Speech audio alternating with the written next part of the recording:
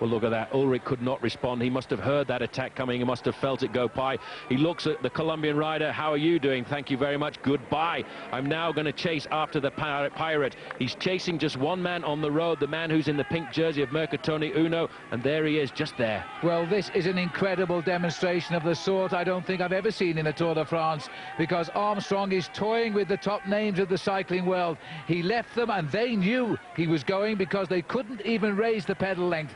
Now he's sprinted straight past Santiago Botero and he's coming up to Pantani. And what will the pirate do when this man gets on board? Well, he'll try and kick again. He's trying to accelerate, but you're not going to stop the onslaught of Lance Armstrong. The man from Austin, Texas, is controlling this bike race the only way he knows how, and that's attacking on all of the difficult stages. Well, in the Pyrenees, he told us he wasn't interested in the stage when he's taken a real good look at Marco, almost as saying, the back wheel for you, Marco, jump on if you can. Armstrong is in such incredible form. He's looking at the face of Marco Pantani. He wants to know whether Pantani can follow his accelerations.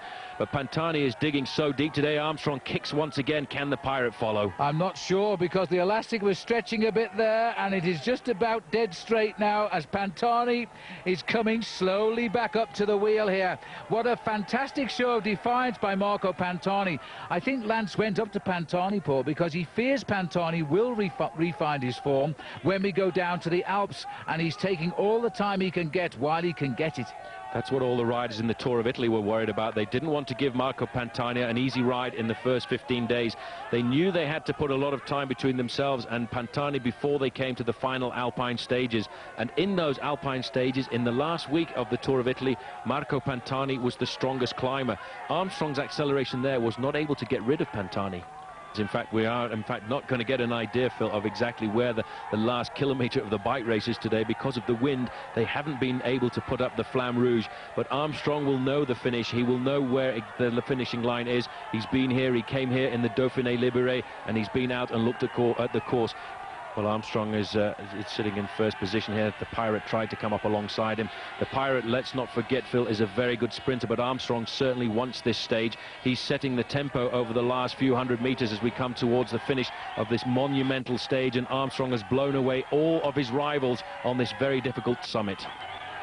And there is now just 100 meters to go. I don't know if the riders know that, because there's no signage at all today because of the wind. But in fact, Lance Armstrong is about to make the final turn for the finish. What an ascent of Mont Ventoux for both of these riders. And except Pantani, Armstrong is gaining time over everyone. Now, is he going to take out his first stage win in this year's Tour de France? We can see the line now. I don't know whether they can, because there's only a line on the road. Pantani is on the right, and Armstrong keeping on the pressure here as we start to approach the line now. Pantani grits his teeth and accelerates, and over the line Pantani wins the stage, and in fact Armstrong will have to be content.